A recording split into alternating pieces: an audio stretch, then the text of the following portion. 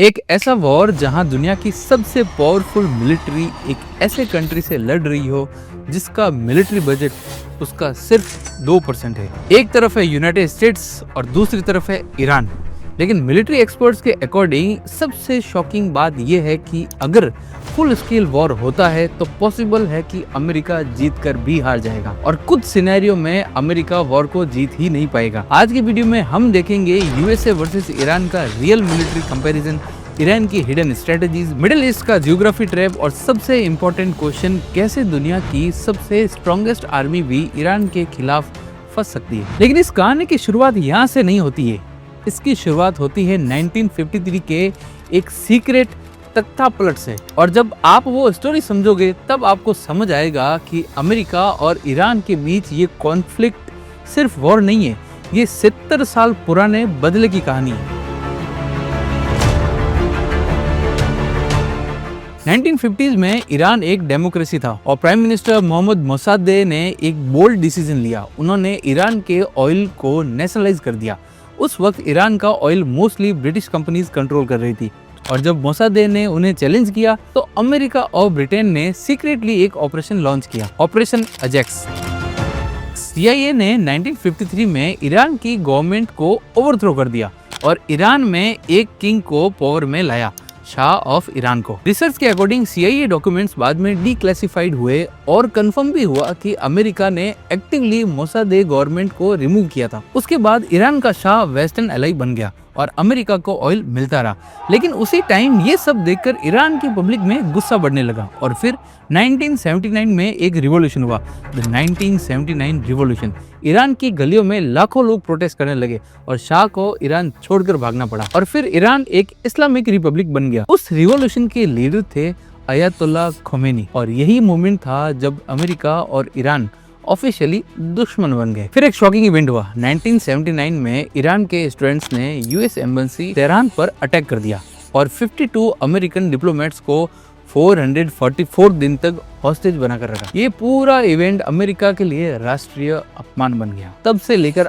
आज तक अमेरिका और ईरान के बीच टेंशन खत्म ही नहीं हुआ है। बट रियल प्रॉब्लम यही से स्टार्ट होती है, क्योंकि अगर आप सिंपल नंबर्स देखो तो लगता है वॉर का रिजल्ट ऑब्वियस है, क्योंकि यूनाइटेड स्टेट्स के पास 1.3 मिलियन एक्टिव सोल्जर्स है, 13,000 से ज्यादा एयरक्राफ्ट है, 11 एयरक्राफ्ट कैरियर्स है, मिलिट्री बजट भी 900 बिलियन है। और यहीं ईरान की बात करें तो ईरान के पास 6 लाख के आसपास सोल्जर है और कुछ 101 एयरक्राफ्ट है और एयरक्राफ्ट कैरियर तो एक भी नहीं है और मिलिट्री बजट सिर्फ 15 से 24 बिलियन। यानी अमेरिका का डिफेंस बजट ईरान से 40 से 50 गुना ज्यादा है। अब अगर एयर पावर की बात करें तो उसमें तो डिफरेंस और भी ज्यादा है। अमेरिका के पास है F-22, F-35, B-2 stealth bombers, advance satellites, ये सब है। और वहीं ईरान के जेट्स मोस्टली 1970s के मॉडल है। अब अगर ये सिर्फ एक पारंपरिक वॉर होती तो अमेरिका इजीली जीत जाता। तो फिर प्रॉब्लम क्या है? प्रॉब्लम ये है कि ईरान पारंपरिक वॉर लड़ने वाला देश ही नहीं है। ईरान की स्ट्रेटेजी है असिमेट्रिक वॉरफेयर। मतलब जब दो देशों की लड़ाई में दोनों देशों की मिलिट्री पावर में बहुत बड़ा फर्क होता है तो कमजोर देश जैसे इस कंडीशन में ईरान हुआ, उसे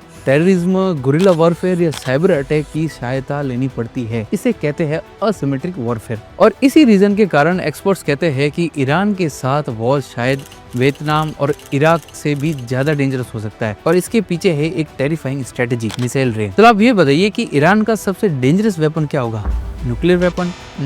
एयरक्राफ्ट? नो। ईरान के पास सबसे पावरफुल वेपन है मिसाइल्स और ड्रोन्स। एक्सपर्ट्स एस्टिमेट करते हैं कि ईरान के पास 3000 से ज्यादा बैलिस्टिक मिसाइल्स है और ईरान ने रिसेंटली एक नई मिसाइल भी रिवील की है जिसका नाम बताया गया है कासिम बशीर मिसाइल और जिसकी रेंज लगभग 1200 किलोमीटर है। लेकिन इसका मतलब क्या है? इसका मतलब ये है कि Iran easily Israel, Saudi Arabia, UAE और US मिलिट्री बेसिस को टारगेट कर सकता है। और प्रॉब्लम सिर्फ मिसाइल्स नहीं है, क्योंकि ईरान ने कामिकाजे ड्रोन्स का एक ह्यूज नेटवर्क बना रखा है, जैसे शाहिद 136 ड्रोन्स। ये ड्रोन्स सस्ते हैं और एक साथ झुंड में अटैक करने के लिए यूज होते हैं। रिसर्च के अकॉर्डिंग ईरान का ड्रोन स्ट्रेटेजी का मेन आइडिया है डिफेंस सिस्टम को ध्वस्त कर दो और इसी स्ट्रेटेजी का रियल एग्जांपल रिसेंटली देखने को भी मिला। ईरान ने 100 से भी ज्यादा ड्रोन्स और मिसाइल्स लॉन्च किए गल्फ रीजन में। ज्यादातर को तो रोक लिया गया, लेकिन कुछ टारगेट्स तक पहुंच भी गए और यही ईरान का गोल है कि डिफेंस को सैचुरेट कर दो। और अब आता है स्टोरी का दूसरा ट्विस्ट, जो कि और भी ज्यादा शॉकिंग है, क्योंकि अगर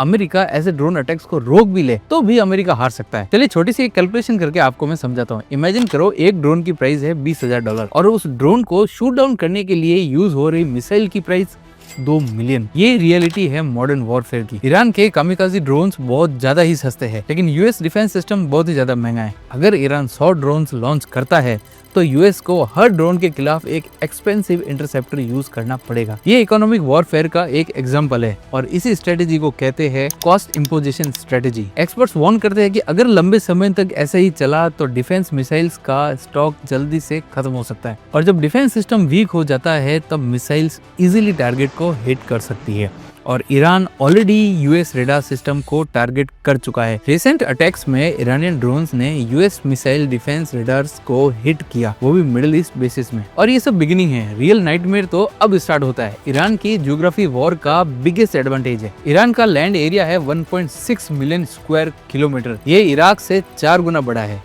और पहाड़ों से भरा हुआ है। लेकिन इसका मतलब क्या है? इसका मतलब ये है कि जमीन से अटैक करना तो एक्सट्रीमली डिफिकल्ट है और अगर अमेरिका इन्वेड करता है तो उसे एक कंट्री ऑक्यूपाई करनी पड़ेगी जिसकी पॉपुलेशन 90 मिलियन के आसपास है। कंपेयर करो, इराक की पॉपुलेशन 25 मिलियन थी इन्वेजन के दौरान और ईरान तो ऑलमोस्ट 4 गुना बड़ा चैलेंज है। और ईरान ने इस दिन के लिए खुद को सालों से प्रिपेयर किया है।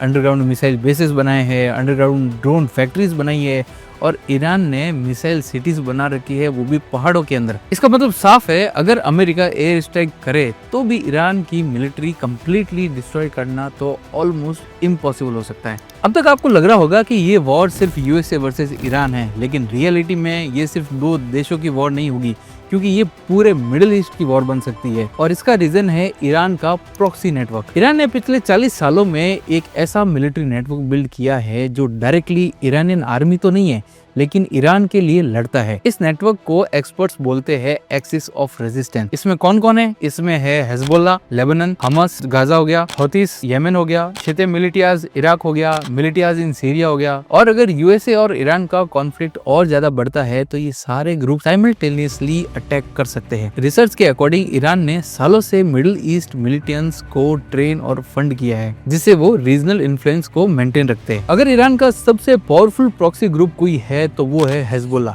हिजबुल्लाह लेबनान में बेस्ड एक मिलिटिया है जिसके पास एस्टिमेटेड 1.5 लाख रॉकेट्स और मिसाइल्स हो सकते हैं। ये मिसाइल्स इजराइल के ऑलमोस्ट हर सिटी तक पहुंच सकते हैं। मिलिट्री एनालिस्ट के अकॉर्डिंग हिजबुल्लाह का मिसाइल आर्सेनल दुनिया का सबसे powerful non state armed group में काउंट होता है। अभी जो वॉर की कंडीशन है, इसमें हिजबुल्लाह इजराइल पर मिसाइल रेन स्टार्ट कर सकता है और इजराइल का वॉर ऑटोमेटिकली अमेरिका को खींचेगा।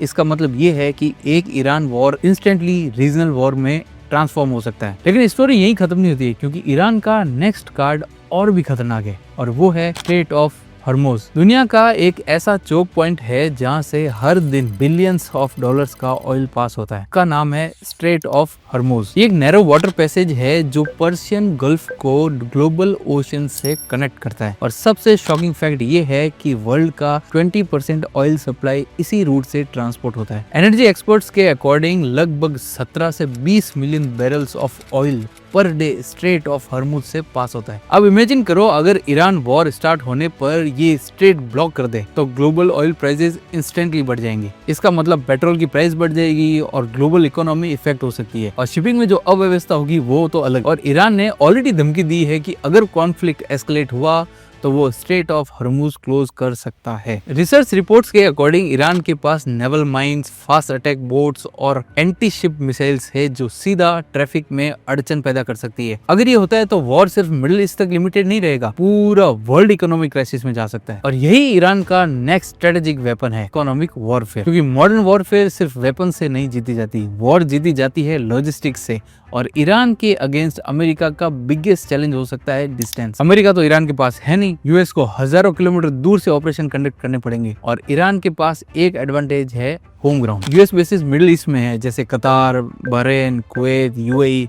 लेकिन ये सब बेसिस ईरानियन मिसाइल्स की रेंज में आते हैं। एक्सपर्ट्स वार्न करते हैं कि Iranian ballistic missiles US basis को इजीली टारगेट कर सकते हैं अगर फुल कॉन्फ्लिक्ट स्टार्ट होता है तो। इसका मतलब ये हुआ कि वॉर के पहले ही कुछ घंटों में ही यूएस बेसिस को डैमेज किया जा सकता है, जो कि आपको देखने को मिला ही। इसके अलावा एयर फील्ड्स डिस्ट्रॉय हो सकते हैं, सप्लाई चेन्स खत्म हो सकती है और जब लॉजिस्टिक्स कोलैप्स होता है तब तो तो पावरफुल आर्मीज भी स्ट्रगल करती है। हिस्ट्री में इसका एग्जांपल अपने को ऑलरेडी देखने को मिला, जैसे वियतनाम की वॉर हो गई या फिर अफगानिस्तान वॉर हो गया। अमेरिका टेक्नोलॉजिकली तो पावरफुल था, लेकिन ग्राउंड रियलिटी ने वॉर को लंबा और बहुत ही ज्यादा कॉस्टली बना दिया। अब आते हैं सबसे डेंजरस जियोपॉलिटिकल ट्विस्ट पे। अगर यूएसए ईरान पर फुल स्केल वॉर स्टार्ट करता है तो क्या चाइना और रशिया न्यूट्रल रहेंगे? शायद नहीं। ईरान का चाइना के साथ एक 25 साल की स्ट्रेटेजिक पार्टनरशिप एग्रीमेंट है, जिसमें इंफ्रास्ट्रक्चर और एनर्जी इन्वेस्टमेंट्स इंक्लूड है। इसके अलावा रशिया और ईरान भी सीरिया वॉर में ऑलरेडी मिलिट्री ऑपरेशंस कर चुके हैं। इसका मतलब ये नहीं कि चाइना और रशिया डायरेक्ट वॉर में एंटर करेंगे, लेकिन वेपन्स की सप्लाई हो गई, इंटेलिजेंस सपोर्ट हो गया, इकोनॉमिक बैकिंग हो गई, ये जरूर कर सकते हैं। और अगर ये हुआ तो कॉन्फ्लिक्ट और भी ज्यादा कॉम्प्लिकेटेड हो सकते हैं। अब फाइनल क्वेश्चन पे आते हैं, यूएसए वर्सेस ईरान वॉर में जीतेगा कौन? शॉर्ट टर्म में तो अमेरिका के पास सुपीरियर मिलिट्री टेक्नोलॉजी है, एयर डोमिनेंस भी है, लेकिन लॉन्ग टर्म में वॉर का रिजल्ट इतना सिंपल तो नहीं होगा, क्योंकि ईरान की स्ट्रेटजी है asymmetric warfare, proxy networks, economic disruption, missile saturation. क्योंकि ईरान का गोल अमेरिका को बैटलफील्ड पर डिफीट करना है ही नहीं, ईरान का गोल है वॉर को इतना कॉस्टली बना दो